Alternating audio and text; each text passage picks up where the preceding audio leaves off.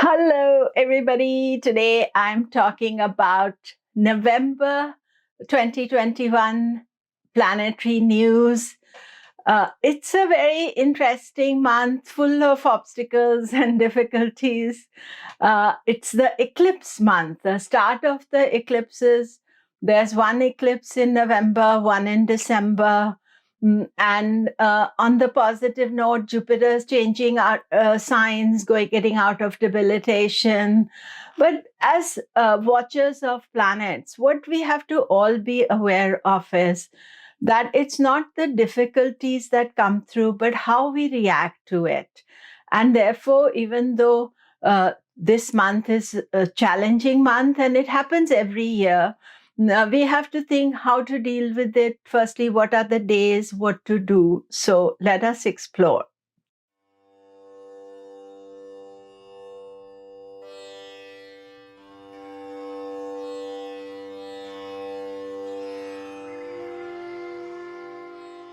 Hello, I'm Komilla Sutton, and we are talking November 21 planetary news. So lots of news to give you.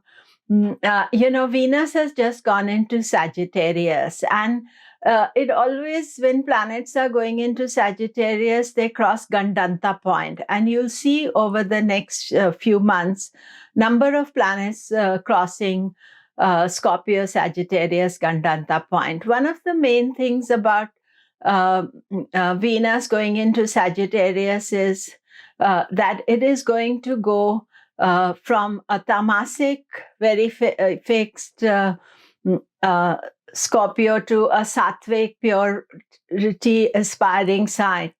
So this change always is dramatic. However, Venus is usually a faster moving planet, and it takes its own time and will do that every year. But this year, Venus is going to retrograde and is spending a long time in Sagittarius. I made a video already about Venus in Sagittarius, so do watch that. But it is slow all through November. So this is the interesting aspect, that Venus is not rushing through Sagittarius. And I would say that any project that you want to do that is Venus related, you need to ponder, take your time, not rush through it, because Venus is going to retrograde. And then in February, when it goes direct, then you are kind of completing the project. So you see, there's a long timeline. Usually Venus only stays for a month or less than a month in a sign. So this is a really long transit of Sagittarius. What are the other things in November? We have the eclipse. 19th of November is the lunar eclipse, followed by solar eclipse on 3rd, 4th of December. However, whenever you get the lunar eclipse first, then that is always a complicated energy, because our emotions get churned up by the lunar eclipse. I don't know, I've watched lunar eclipse. I've always had the awareness of lunar eclipse for years. But still, I find when the eclipse is on, the energy is very heavy and the mind feels very restless. What we have to do is we have to honor the eclipse, just keep life simple around the eclipse days, and not to push and do things at that time, and wait till after the eclipse is over to decide what to do. Otherwise, we are making decisions when we are feeling vulnerable, sensitive. Those are the things to watch out for. Then there's a Mars-Mercury conjunction. This is the second one. Again, I've already made a video about it. Watch my Mars video. And Mars-Mercury on 9th of November. That is a clash, and irritable clash. And so we do need to watch for that. Now, in between, things are happening, but these dates suddenly bring up issues and challenges. And then Jupiter changes signs. Jupiter is been in Capricorn, and it's going to go into Aquarius. It's usually a time for celebration. because Jupiter has completed its transit for 12 years in its debilitation sign. And now it is ready to move on to Aquarius, and this is the time for renewal and appreciation of this renewal. Very important changeover. I haven't made a video of it as yet. I will be sharing it soon, so you can watch that. This month, I'm going to add a special about the moon, and this moon watch will be a regular feature for the monthly newsletter. So the moon watch for November is that there is a new moon in Libra, and this will be when it is Diwali. So it's 4th of November, 4th, 5th. It's a bit different everywhere else. It's a celebration of the festival of light with this energy. And always we bring light into our lives. So it's a good idea on this new moon to light your house up and to celebrate this joy. However, the full moon is in Taurus. Usually, this is a great full moon, but the full moon has been impacted by Rahu, and this full moon after Diwali is also the lunar eclipse on 19th of November. So it's a full moon, our emotions are heightened. So we are not able to celebrate the exaltation of the moon, but more about our over the top emotions and unsettled energy. And so it becomes a day to watch for. Now, moon is debilitated from 5 to 7 of November when it is going to go in Scorpio.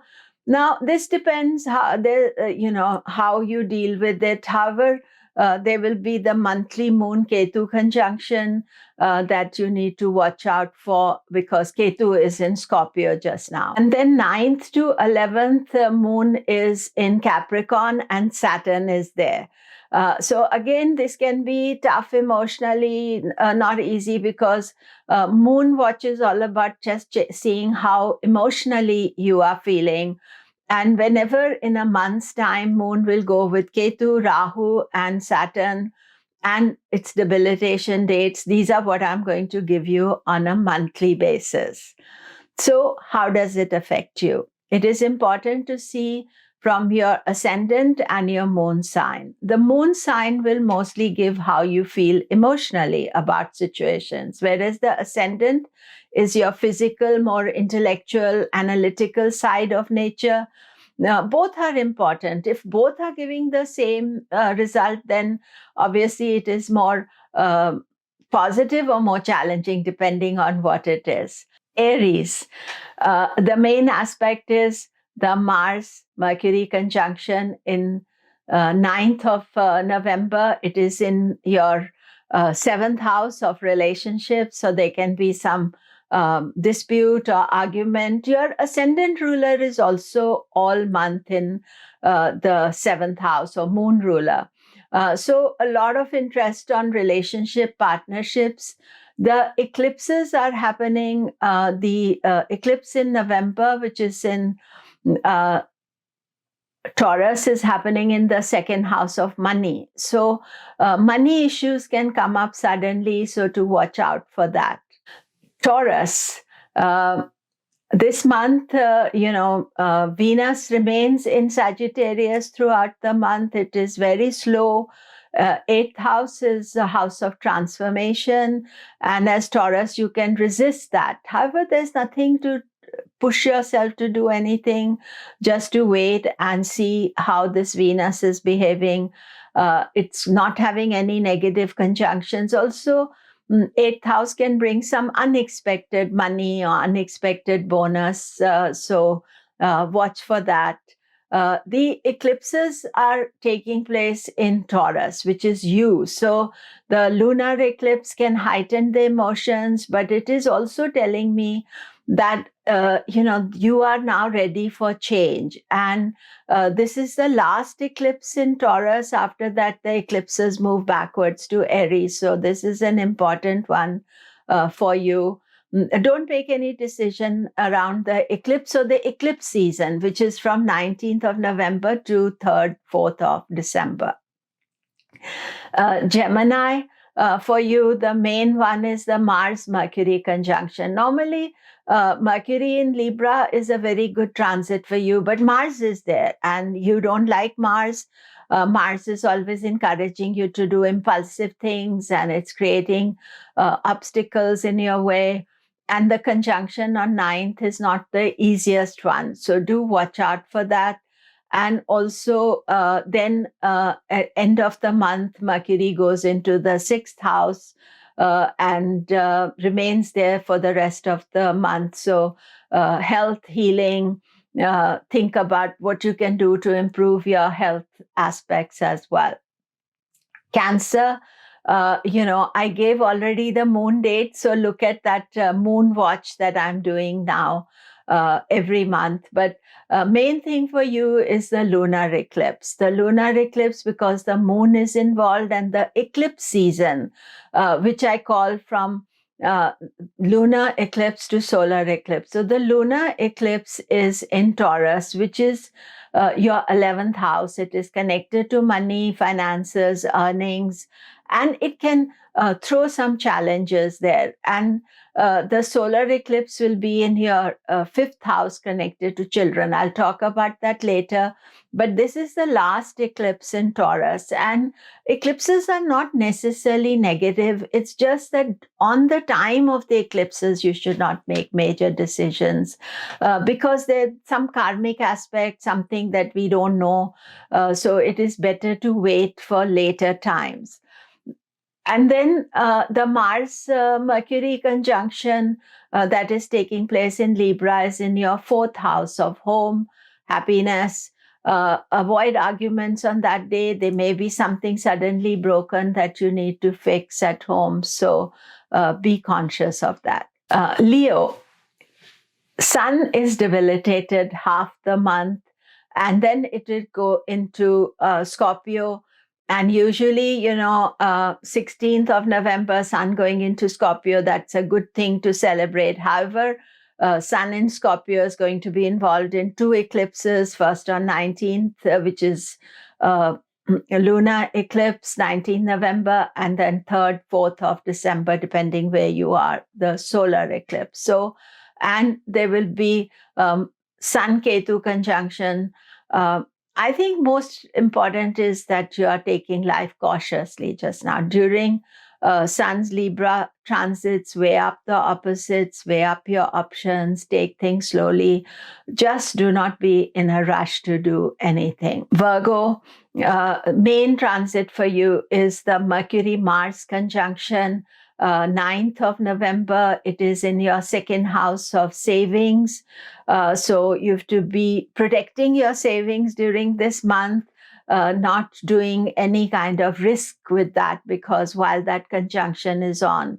And then later on, Mercury goes into Scorpio, where it will conjoin with Ketu and will be involved with the lunar eclipse as well.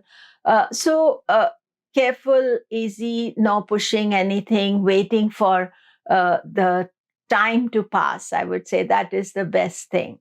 Libra, this month, the eclipse is in your 8th house. So the lunar eclipse, 8th house is house of change, transformation, and sudden unexpected events. So that is around the 19th, to be careful around that time. And it can also be joint finances that, you and your spouse, you can be thinking about what to do with the joint finances. But the eclipses times are not the times to make decision. And Venus, your Lagna Lord, is in Sagittarius. It's quite well placed. It is in the 3rd house. It's not having any conjunctions. Although Venus does not like being in the opposite guru's house, but it's a benefic planet in a benefic house. So therefore, you don't push for things, and sometimes, listen to what other people are saying as well. But not a good time to make decisions on finances. Now, Scorpio, again, for you, the Mars-Mercury conjunction on the 9th is most important. It is taking place in Libra, which is your 12th house, and your Lagna Lord is in the 12th house. So as long as Mars is in the 12th house, it's a lot of effort, no reward. 12th house is house of loss or expenses. So you may find sudden unexpected expenses coming. It could not just be money, but emotional expenses as well. It is important for you to wait till December when Mars goes into Scorpio. Even though it is with Ketu, it misses the eclipse. So it goes into Scorpio after the eclipses, and then it is more powerful. It is giving you a better idea what you want to do. So this month is really to step cautiously. Sagittarius, big news for you is that Jupiter changes signs. It is out of debilitation. It is going to be in Aquarius. Aquarius is kind of renewal for Jupiter, new energy, new ideas, a new way of communicating with people. That is important. For you, November can be not as difficult as others because Mars-Mercury conjunction is taking place in the 11th house. 11th house transits are usually regarded as positive. But on the day of the conjunction 9th, be careful about issues at work and in relationship because Mercury rules your 7th and 10th house. So those are the areas that you have to be careful about. And the eclipses are taking place in your 6th house. So suddenly you may find that there's somebody coming, opposing you, what you want to do. And it's 19th when the eclipse takes place. So just watch for that. Capricorn, for you, Saturn continues to be in Capricorn, no change there. Jupiter moves out, it goes into your 2nd house of money. So it can bring financial energy, financial savings. That is the concentration, but it's there for about 6-7 months. So you have time to prepare for that. The eclipse is in Taurus, and Taurus for you is your 5th house. So it is to do with children and creativity, creative ideas. Now, eclipses can throw up some interesting things, but at the same time, we have to process that information after the eclipses, not make decisions during the eclipse time. So that is the most important thing. And then Aquarius. Jupiter is coming into your ascendant. It's a very interesting thing for Aquarius. For the next 7 months, Jupiter is in the ascendant. Then Saturn will come to the ascendant. So, this is very expansive time, and Jupiter for Aquarius rules the 2 houses of money, 2nd and 11th house. So it's also good to think about your financial health, financial futures, work, what is it that you want to do.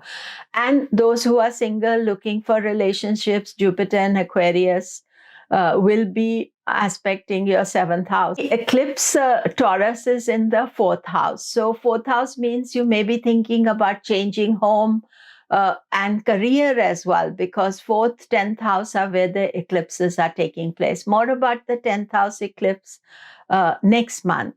Pisces, Jupiter is changing signs, is going out of the 11th to the 12th house. So 12th house is house of spirituality. So it's good to focus on spiritual things, on doing something for other people, and to, let go of some things. I would say that is a good idea to work with that transit. Be careful about money and how you want to spend it. But I will be making a separate video about Jupiter and Aquarius that you can listen to. Now, the Mars-Mercury conjunction is in your 8th house. So 8th house is sudden, unexpected aspect. So you have to be careful. Even the sun is there. So you're getting 3 planets in the 8th house. And so it's a bit unsettled energy. And you have to keep yourself in balance. Even, Jupiter is going into the 12th house. The the Mars, Mercury, Sun in the 8th house, and then the eclipses. Taurus is the 3rd house of action, and especially around that time you have to stop yourself from doing things, connecting.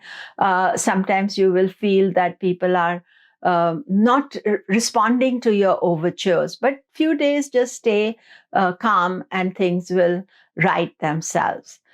So that is it for today. All the best. Do remember to subscribe. Thanks very much.